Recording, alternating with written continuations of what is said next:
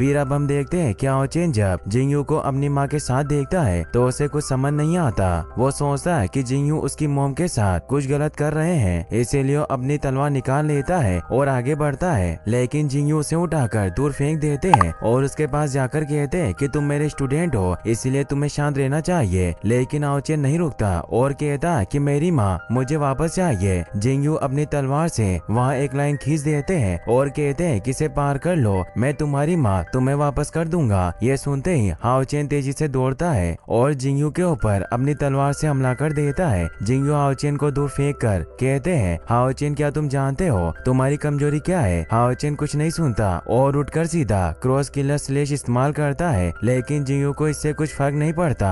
जिंगयू कहते हैं कि गुस्सा तुम्हें ताकतवर नहीं बनाता। हाओचेन कुछ नहीं सुनता, उसे तो बस वो लाइन पार करनी थी और अपनी माँ से मिलना था। जिंगयू कहते हैं कि गुस्सा तुम्हारी जान ले सकता है। हाओचेन चिल्लाते हुए उठता है और वापस जिंगयू पर हमला करता है। वो अपनी दोनों तलवार फेंक कर जिंगयू की तलवार की तरफ कूद जाता है, जिसे देखकर जिंगयू भी थोड़े हैरान होते हैं। वो तलवार हटाकर उसे हाथ से पकड़ते हैं, लेकिन हाओचेन उनके हाथ पर काट लेता है। जिंगयू उसे दूर फेंक देते हैं। हाओचेन दोबारा उठता है, लेकिन जिंगयू उसके ऊपर अपनी तलवार रख देते हैं। जिंगयू हाओचेन से कहते हैं कि तुम्हें अपनी जान की परवाह नहीं है, फिर तुम अपनी माँ को कैसे बचाओगे? हाओचेन अभी कुछ नहीं सुनना चाहता था।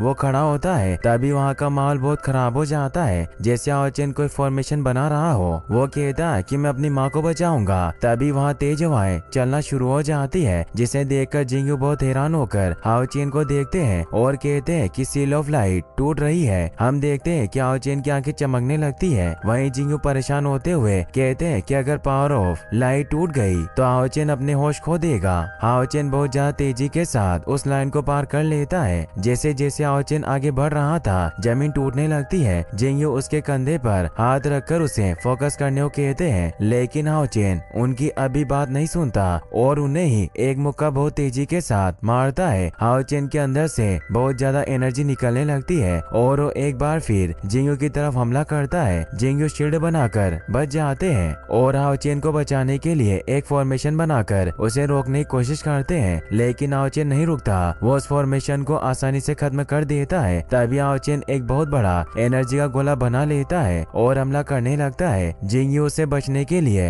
अपने चारों तरफ शील्ड बना लेते हैं। जिंगयू कहते हैं कि मुझे उसे उठाना ही होगा और वो तेजी से अपनी शील्ड के साथ जाकर उसके सिर पर हाथ रखते हैं और उसे अपनी माँ के बारे में सोचने को कहते हैं और कहते हैं कि क्या तुम उन्हें बचाना नहीं चाहते? ये सुनकर हाओचेन अपनी माँ को याद करने लगता है और शांत होने की बजाय वो और गुस्से में आ जाता है, जिससे जिंगयू की शील्ड भी टूट जाती है और जिंगयू दूर चले जाते हैं। हाओचेन के सिर से वो रस्सी जो उसकी माँ ने उसके लिए बनाई थी वो खुल जाती है और वो तेजी से चिल्लाता है और उसके अंदर से इतनी एनर्जी निकल रही थी कि वो आसमान को चीरती हुई पृथ्वी से बाहर निकल जाती है। तभी हम देखते हैं कि वो कार्ड जो जिंगयू ने हाओचेन को दिखाए थे, उनमें से एक संश्लेष वाला कार्ड एक्टिवेट हो जाता है। यानी अब ये स्किल हाओचेन इस्तेमाल कर सकता था और हाओचेन करता भी ऐसा ही है और कहता है मैं अपनी माँ को बचाऊंगा। वहीं जिंगयू मन ही मन में सोच रहे थे कि हाओचेन बहुत तेजी से सीक्रेट स्किल सीख रहा है। तभी हाओचेन उनके ऊपर हमला कर देता है, तो जिंगयू उसे रोकते हैं और उसे कैसे उठाए यही सोच रहे थे। तभी हाओचेन के सामने उसकी माँ की बनाई गई वही रस्सी आ जाती है, जिससे अचानक शांत हो जाता है और वो बातें सोचने लगता है। जब उसकी माँ ने कहा था कि ये रस्सी पहली वाली से मजबूत है, वो उस रस्सी को पकड़ लेता है और रोने लगता है और अचानक से बहुत तेज चिल्लाता है। लेकिन इस बार जिंगयू हाओचेन को रोक ही देते हैं और होश में आते ही हाओचेन बेहोश हो जाता है। वो जमीन पर गिरता उससे पहले जिंगयू उसे आकर गिरने से बचा लेते हैं। जिंगयू समझ जाते हैं कि सिर्फ अपनी माँ की वजह से हाओचेन ने पावर ऑफ लाइट को कंट्रोल किया है। जिंगयू बेहोश हाओचेन से कहते हैं कि आज तुम चाइल्ड ऑफ लाइट बन गए हो। इसके बाद हम हाओचेन को बिस्तर पर लेटे हुए देखते हैं और उसकी मॉम उसे कहती है कि आज तुम मर भी सकते थे, तुम्हारी सांसें रुक गई थी 1 मिनट के लिए। तभी हाओचेन की आँख खुलती है और अपनी माँ को देखता है और कहता है कि माँ क्या आप ठीक हो? हाओचेन आगे पूछता है कि क्या मास्टर जिंगयू ने आपको कोई नुकसान तो नहीं पहुंचाया ना? हाओचेन की माँ कहती है कि जिंगयू ने उन्हें कुछ नहीं किया। उसकी माँ उसे बताती है कि जब तुम वापस आ रहे थे, जब वो मुझे ठीक ही कर रहे थे, फिर हमें बताया जाता है कि उस समय आखिर क्या हुआ था। जिंगयू और हाओचेन की माँ दोनों साथ बैठे थे और जिंगयू उनसे पूछ रहे थे कि आखिर वो उनसे क्यों छिप रही थी इतने सालों तक और तुम्हारी बीमारी भी बढ़ गई है, क्या ये सब उस उस डेविल की वजह से हुआ है। ये बात बोलते ही हाओ चेन की माँ वहाँ से बाहर जाने लगी और बाहर जाते ही उनकी खांसी और बढ़ गई और तभी सामने से हाओ चेन भी आ गया था। इसके बाद हाओ चेन की माँ उसे बता देती है कि मास्टर जिंगयू और कोई नहीं बल्कि उसके पिता है। जैसे ये बात हाओ चेन को पता चलती है वो अचानक से उठता है और तभी जिंगयू भी ये सुनकर मुड़ते हैं। तभी वहाँ की दीवार टूट जाती है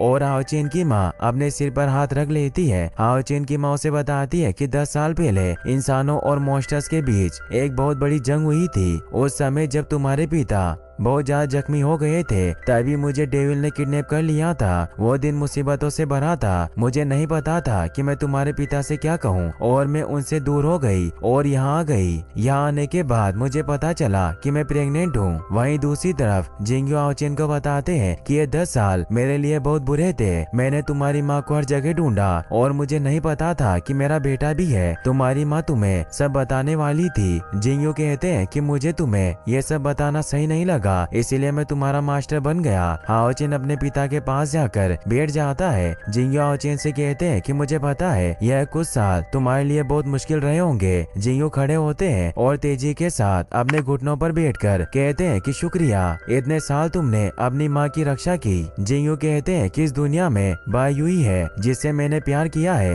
यह कहते कहते वो यूं रोने लगते हैं। हाओ चेन जिंगयू से कहता है कि जब मैंने आपको पहली बार देखा था तभी आप मुझे अच्छे लगे थे। आपने हवा में उड़ाया। मैं आपसे बहुत ज्यादा इंस्पायर हुआ। बचपन से ही मैं बिना पिता के बड़ा हुआ। मैंने कभी भी किसी भी चीज की परवाह नहीं की। जब हाओ चेन यह बात बता रहा था तब वो उन सभी पलों को याद कर रहा था जो उसने जिंगयू के साथ बिताए थे। हाओ चेन कहता है कि जितना भी वक्त मैंने आपके साथ बिताया मुझे बहुत मजा आया। जो भी हुआ उसमें आपकी कोई गलती नहीं है। आगे वो दुखी होता हुआ कहता है कि मैंने कभी नहीं सोचा था कि मेरे पिता वही होंगे जिनसे मैं इंस्पायर हूँ। यह कहते हुए वो रोने लगता है। हाओ चेन जिंगयू से कहता है कि मुझे नहीं पता अब मैं आपको क्या कहूँ मास्टर। या वो आगे कुछ बोलता उससे पहले ही जिंगयू अपना हाथ आगे कर देते हैं। हाओ चेन भागता हुआ आता है और अपने पिता के रोते हुए गले से लग जाता है और रोते हुए तेजी से कहता है पापा। इसके बाद हम एक जगह बहुत सारी आग लगी हुई देखते हैं और देखते हैं कि वहाँ कुछ डीमंस इंसानों को बेरहमी से मार रहे थे। तभी एक बड़ा सा डीमन एक फॉर्मेशन बनाता है और ये एपिसोड यहीं पर खत्म हो जाता है। गाइस अगर आप इसका नेक्स्ट पार्ट भी जल्दी देखना चाहते हैं तो इस वीडियो को लाइक करने के साथ साथ चैनल को सब्सक्राइब भी जरूर कर लें। Thanks for watching.